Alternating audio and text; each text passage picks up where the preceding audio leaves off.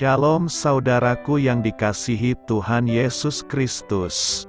Selamat pagi, salam sejahtera untuk kita semuanya. Selamat datang kembali di Renungan Rohani pagi hari ini. Semoga saudara yang terkasih dalam keadaan sehat selalu.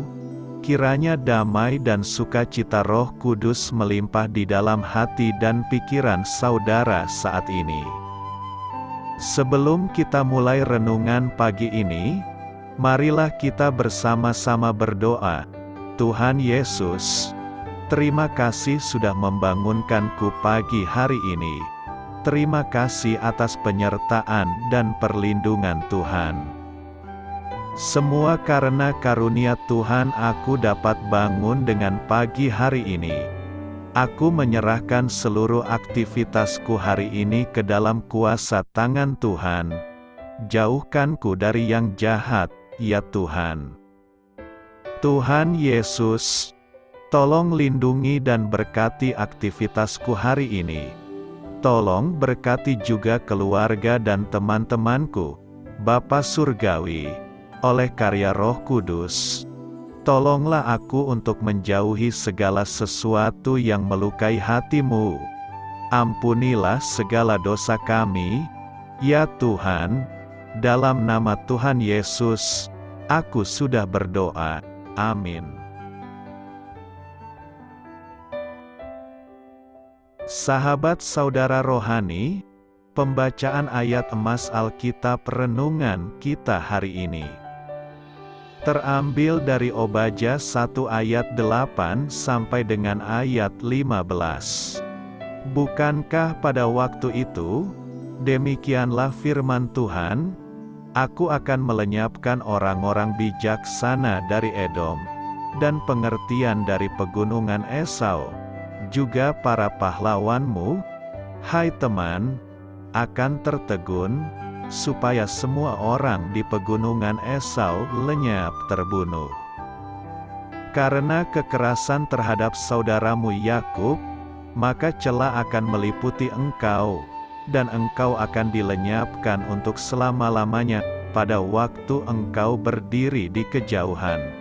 Sedang orang-orang luar mengangkut kekayaan Yerusalem dan orang-orang asing memasuki pintu gerbangnya dan membuang undi atasnya, engkau pun seperti salah seorang dari mereka itu.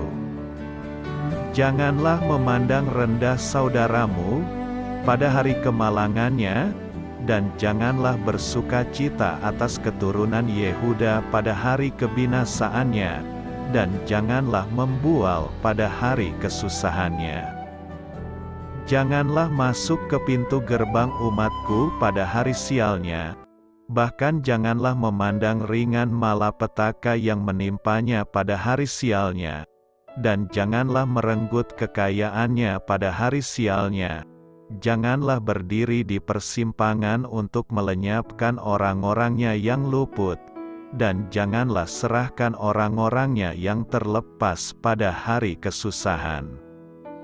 Sebab telah dekat hari Tuhan menimpa segala bangsa, seperti yang engkau lakukan, demikianlah akan dilakukan kepadamu, perbuatanmu akan kembali menimpa kepalamu sendiri. Obadya 1 ayat 8 sampai dengan ayat 15. Inti dari ayat emas renungan kita adalah, janganlah memandang rendah saudaramu pada hari kemalangannya. Mari kita mulai renungan pagi kita. Judul renungan kita hari ini adalah Memilih Berbelas Kasihan, ditulis oleh Karen Pimpo. Sebuah video berdurasi 5 menit berisi berbagai adegan kecelakaan yang berhubungan dengan salju menjadi fokus dari suatu episode acara televisi. Di dalamnya ditampilkan orang-orang yang jatuh saat meluncur dari atas atap, menabrak benda-benda saat melesat di atas salju, dan tergelincir di lantai yang dilapisi es. Semua adegan itu membuat penonton di studio dan di rumah tergelak sambil bertepuk tangan.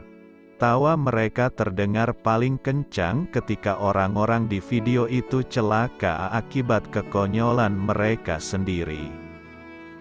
Video-video lucu ini tidak salah, tetapi semua itu sebenarnya mengungkapkan sesuatu tentang diri kita sendiri. Kita cenderung menertawai atau mengambil keuntungan dari hal-hal buruk yang menimpa orang lain. Salah satu kisah serupa tercatat di kitab Obadya mengenai dua bangsa yang bermusuhan, Israel dan Edom. Edom bersuka cita ketika Allah menghukum umatnya Israel atas dosa-dosa mereka. Mereka mengambil keuntungan dari Israel, menjarah kota-kota mereka, menghalangi rencana pelarian mereka, dan mendukung musuh-musuh Israel. Obadya 1 ayat 13 sampai dengan ayat 14. Peringatan Nabi Obadya pun datang kepada Edom. Janganlah memandang rendah saudaramu pada hari kemalangannya, sebab telah dekat hari Tuhan menimpa segala bangsa. Ketika kita melihat kesulitan atau penderitaan orang lain, meski sepertinya itu terjadi akibat perbuatan mereka sendiri, kita sepatutnya memilih berbelas kasihan dan bukannya bersikap sombong. Kita tidak berhak menghakimi orang lain, hanya Allah yang patut melakukannya. Kerajaan dunia ini adalah milik Allah, hanya Dialah yang berkuasa atas keadilan dan belas kasihan. Amin. Marilah kita renungkan di dalam hati kita. Bagaimana reaksi Anda terhadap kesulitan orang lain?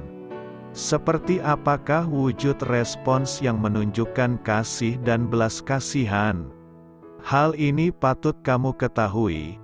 Bangsa Edom adalah keturunan dari Esau, saudara Yakub, yang memandang ringan haknya sebagai anak laki-laki pertama Ishak. Kejadian 25 ayat 34. Meski demikian, Allah berkata kepada umat Israel, "Janganlah engkau menganggap keji orang Edom, sebab dia saudaramu." Ulangan 23 ayat 7. Akan tetapi, Edom sendiri yang sering menentang Israel. Pada saat Israel keluar dari Mesir, orang Edom menolak mereka melewati tanah Edom dengan damai. Lalu, 1 Samuel mencatat kisah mengerikan tentang Doeg orang Edom, yang membunuh 85 orang imam ketika mereka membantu Daud dalam pelariannya dari Raja Saul. 1 Samuel 22 ayat 18-19. Orang Edom punya sejarah panjang tentang sikap yang bermusuhan dan kejam terhadap orang Israel. Amin.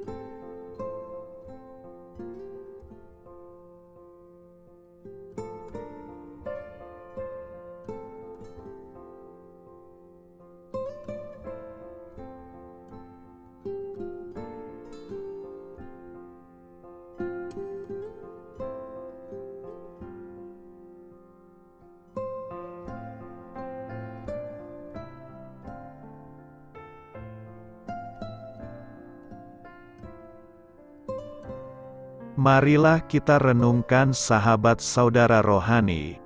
Demikianlah renungan firman Tuhan pagi hari ini. Semoga menjadi berkat dalam hidup kita. Dan sebelum kita memulai segala aktivitas kita pagi hari ini, marilah kita berdoa. Selamat pagi Bapa, malam hari telah berganti pagi. Kehidupan baru telah Engkau berikan kembali bagi kami. Bapa Surgawi, tolonglah aku menyadari kebutuhan orang lain, supaya aku dapat membagikan apa yang telah Engkau berikan kepadaku. Pada saat aku membutuhkan, berilah aku keyakinan bahwa Engkau akan mencukupkanku, melalui orang-orang yang mengasihi-Mu, bukan karena kami pantas atau layak. Namun karena kasih karunia-Mu kami boleh ada, sebagaimana kami ada di pagi hari ini. Terima kasih Tuhan, atas kesempatan baru yang telah Tuhan berikan kepada kami. Untuk bisa memperbaiki diri agar kami bisa lebih layak di hadapan-Mu. Hari ini kami serahkan semua perkara dan kesulitan yang akan kami lalui ke dalam tangan-Mu.